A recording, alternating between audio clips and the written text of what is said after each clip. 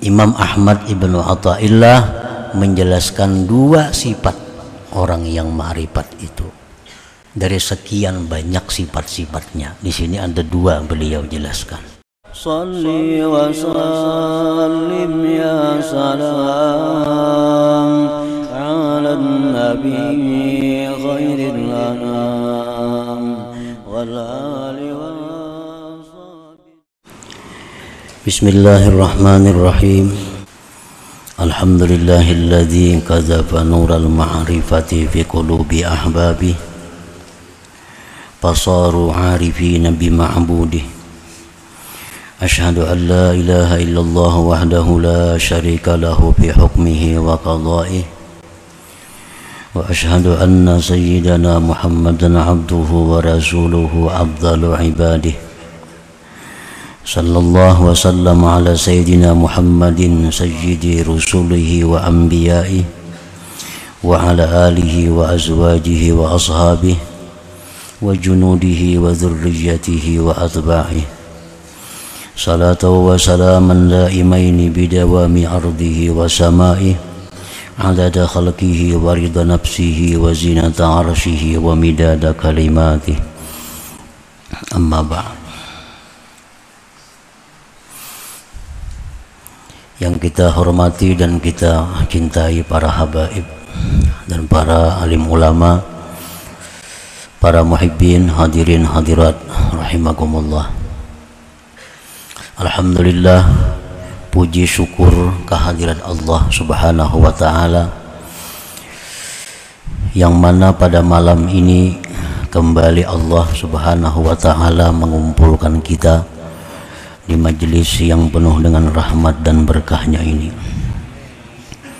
Salawat dan salam kita haturkan keharibaan junjungan kita Rasulullah, kekasih Allah, Nabi besar Muhammad sallallahu alaihi wasallam, dan kepada seluruh keluarga, para sahabat, zuriat dan pengikut beliau sampai hari akhir.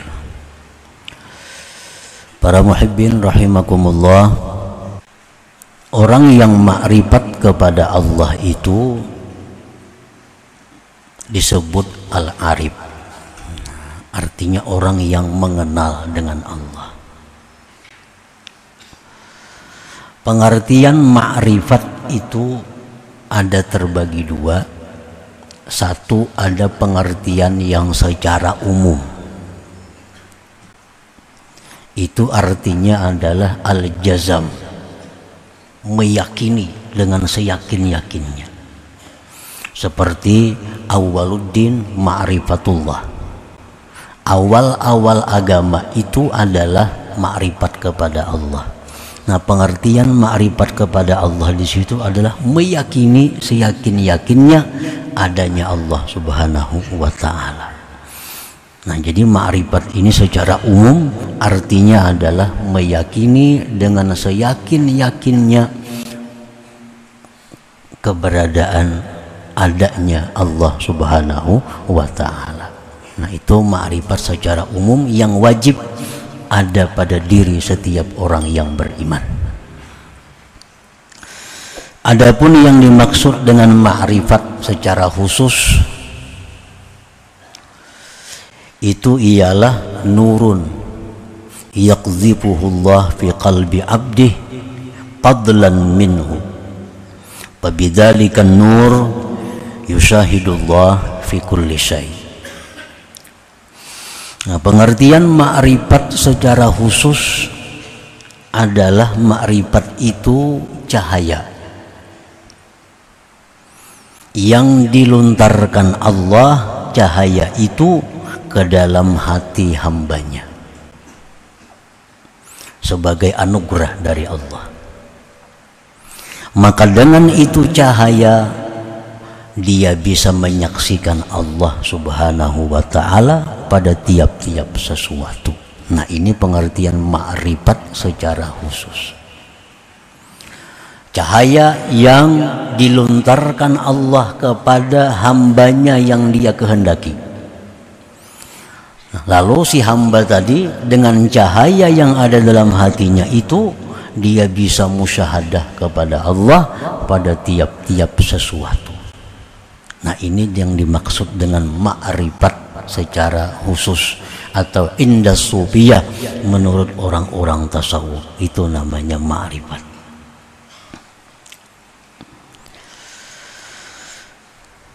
Jadi cahaya yang dilontarkan Allah ke dalam hati si hamba tadi disebutkan oleh para ulama itu semata-mata adalah anugerah. La bisababin wala kasbin. Tidak ada sebabnya, tidak ada usahanya. Jadi Allah memberikan itu cahaya tanpa ada sebab dari kita, tanpa ada usaha daripada kita.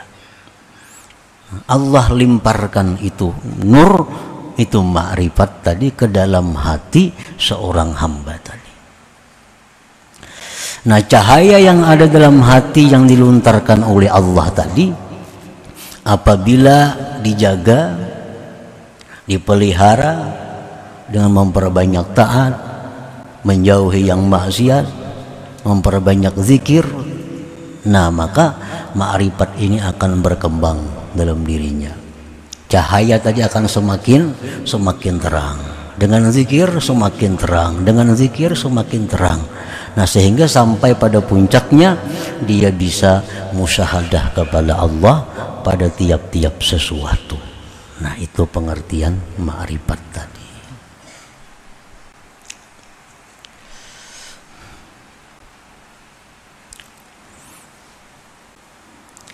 Sebahagian ulama ada yang berpendapat bahwa ma'rifat itu bisa kita usahai. Nah, bisa kita usahai dengan latihan-latihan, dengan amal-amal ibadah. Nah, sehingga dengan itu Allah berikan ma'rifat kepada kita.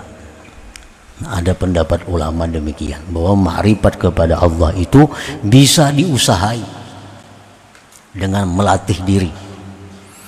Imam Abdul Qadir Al-Jilani mengatakan, wa man arada ay ya'rifallah fala budda min ta'allumil ilmi alladhi yuaddi bihi al-ibadat wa ya'rifu bihi sifatin nafsal batinah wa yuqaddimu qabla al-jami' ma'rifata aqidati ahli sunnah wal jamaah liya'rifa ma yajibu lillah wa malaikati wa rusulih wa ma yastahil wa ma yajuz.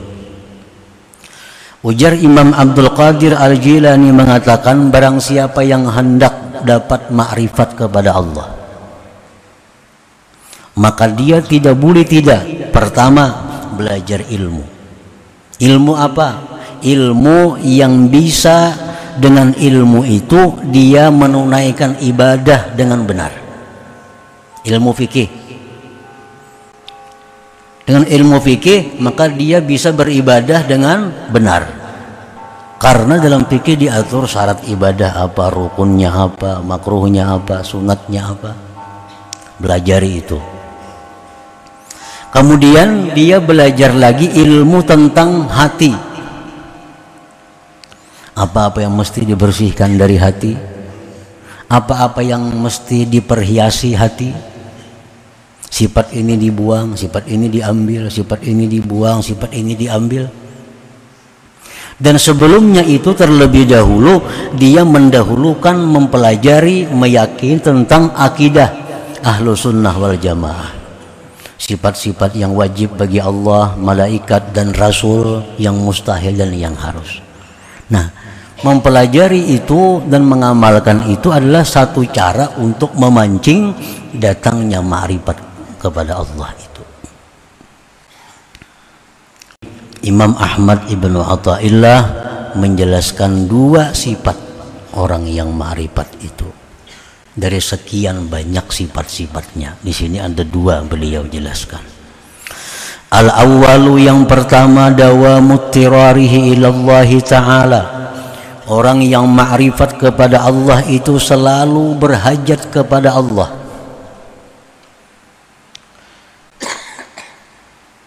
Selalu berhajat kepada Allah. fal arifu la tatalawwanu hayatuhu bilaunair rakha wasyiddah kasya'ni aktsarin nas. Orang yang ma'rifat itu tidak berubah hidupnya dengan perubahan senang dan susah seperti kebanyakan manusia. Biasanya orang yang dalam susah itu bila ia berdoa kepada Allah, nah, maka hatinya akan khusyuk. Hatinya akan merasa bahwa dia sangat berhajat kepada Allah kalau dalam keadaan susah.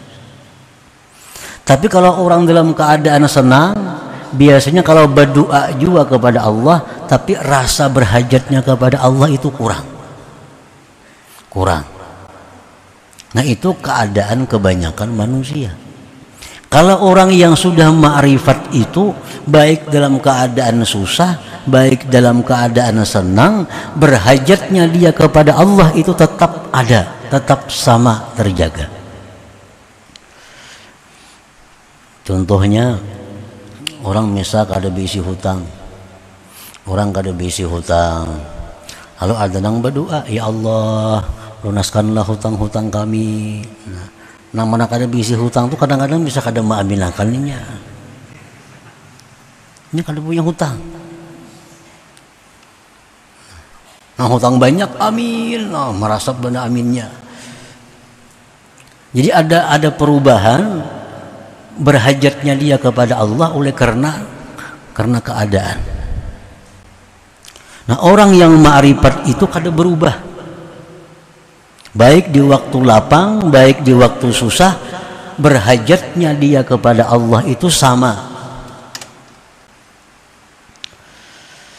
Li'annahu, karena orang yang ma'rifat tadi daimul iftiqar ilallahi ta'ala, dia selalu berhajat kepada Allah, daimul istish'ar bid'afihi wa ajzi, selalu merasa lemahnya, mustamirud du'a wa tadarru ilallah ta'ala, terus menerus dia berdoa mohon kepada Allah ta'ala. Nah, ini salah satu sifat kelakuan orang yang sudah ma'rifat kepada Allah. Manusia itu bagaimanapun hebatnya, kada kawa lepas dari sifatnya manusia lemah. Kada bisa lepas. Bagaimanapun kuatnya manusia, kayanya manusia, kada bisa terlepas dari sifatnya sebagai hamba, itu adalah lemah. Nah, sifat lemah itu selalu dirasakan oleh orang yang ma'rifat. Selalu ada dalam diri mereka sifat lemah itu. Nah, oleh karena itu berhajatnya mereka kepada Allah tetap ada. Qala Allah Ta'ala, firman Allah Ta'ala, ya ayyuhan nas antumul fuqara ilallah wallahu huwal ghaniyul hamid. Firman Allah, wahai manusia, kalian itu adalah fakir kepada Allah. Kalian itu berhajat kepada Allah. Allah yang kaya, yang terpuji. Nah, Allah sudah menjelaskan bahwa seluruh manusia itu berhajat kepada Allah. Orang kaya, dia berhajat kepada Allah agar Allah bisa menjaga, melindungi hartanya. Orang miskin berhajat kepada Allah agar ditambah Allah rezekinya. Orang sehat berhajat kepada Allah agar dipelihara Allah kesehatannya. Orang sakit berhajat kepada Allah agar bisa disembuhkan oleh Allah.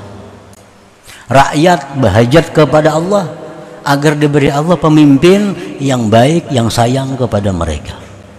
Raja-raja pun berhajat kepada Allah agar rakyat mereka selalu tunduk dan patuh kepadanya. Jadi kada ada manusia yang terlepas daripada berhajat kepada Allah itu, siapapun mereka. Wallahu huwal ghaniyul hamid, dan Allah yang maha kaya lagi maha terpuji. Nah, jadi itu yang dirasakan oleh orang arif itu. Jadi kekayaan itu sifatnya adalah aradiyah, mendatang. Kepangkatan itu sifatnya mendatang. kesehatan itu mendatang. Dasar manusia yang tidak mendatang dan tidak bisa hilang adalah lemah. Nah, ini yang selalu dirasakan oleh orang yang ma'rifat kepada Allah itu, kelemahan diri mereka, kekuatan Allah Subhanahu wa ta'ala. Jadi kada berubah apapun keadaan, tetap mereka itu merasakan kelemahan dirinya, keberhajatannya kepada Allah Subhanahu wa ta'ala.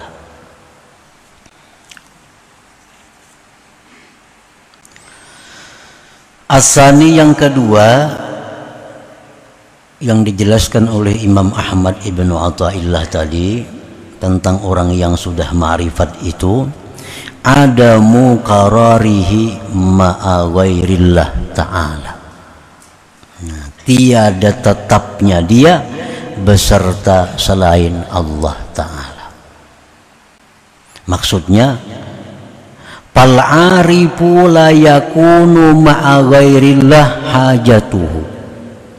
Orang yang arif itu tidak ada beserta selain Allah hajatnya. Nah, orang arif itu dia tidak ada hajat kepada selain Allah. Tidak ada hajat kepada selain Allah. Karena selain Allah sama aja lawan dirinya, orang berhajat juga. Wala sukunuhu, dan tidak ada ketentraman orang yang ma'rifat itu kepada selain Allah.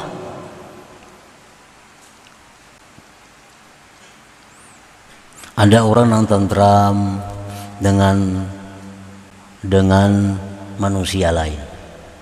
Bila ada manusia itu datang kepadanya, hatinya tentram. Bila manusia itu pergi, hatinya gelisah. Ini orang yang ketentramannya pada manusia. Nah, orang arif kada mau ke itu. Ada orang yang ketentramannya dengan duit. Bila ada duit, tenang. Kada ada duit, gelisah. Ini orang yang ketentramannya dengan duit. Orang yang ketentramannya dengan duit ini selalu berubah. Kadang-kadang tentram, kadang-kadang gelisah. Kadang-kadang tentram, kadang-kadang gelisah. Karena duit itu datang pergi. Tapi kalau orang itu ketentramannya dengan Allah, nah ini kada mau berubah karena Allah kada pergi. Nah, orang yang ma'rifat kepada Allah itu ketentramannya ada dengan Allah, bukan dengan selain Allah. Wala mahbubuhu, dan tidak ada pula yang dicintainya kecuali Allah Subhanahu wa ta'ala. Lianna qalbahu rahala minal kaun bi asrihi ilallahil mukawwin subhanahu wa ta'ala. Karena orang yang sudah ma'rifat tadi, hatinya sudah pergi meninggalkan alam semesta ini menuju Allah yang menciptakan alam subhanahu wa ta'ala. Nah, hatinya sudah meninggalkan alam semesta ini. Jadi kada ada lagi di alam nang dihajatinya, nang dirindukannya, nang digantunginya, kada ada lagi. Hatinya sudah pergi kepada Allah Subhanahu wa ta'ala. Wa in tarahu nazala ila ghairillah fabil izni wa ada'il hukuk. Jika engkau lihat orang yang arif itu turun kepada selain Allah. Misalnya ada orang yang ma'rifat ini ketuju dengan seseorang, ketuju dengan makhluk, apapun ngarannya makhluk itu. Nah, itu semata-mata adalah izin Allah dan untuk menunaikan hak-hak mereka. Misalnya ada orang yang sudah ma'rifat itu, mereka senang dengan manusia, mereka bisa merindukan manusia. Itu sebenarnya dengan izin Allah dan melaksanakan, menunaikan hak pada mereka. Misal macam laki-laki misal yang ma'rifat kepada Allah nih, nya sayang lawan bininya. Kenapa sayang bini? Maka Allah bisa kung disayangi. Lawan bini kenapa sayang juga? Nah, kalau orang arif itu engkau lihat bahwa dia sayang kepada bininya, sayang kepada anaknya, itu izin Allah dan menunaikan hak dirinya.